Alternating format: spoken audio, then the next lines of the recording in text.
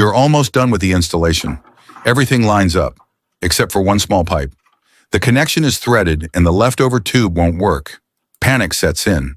Instead of running to buy a new part, a plumber came up with a solution on the spot. A simple, fast method born from real pressure. It's not a careless hack, it's experience talking. It works, holds tight, and saves the job.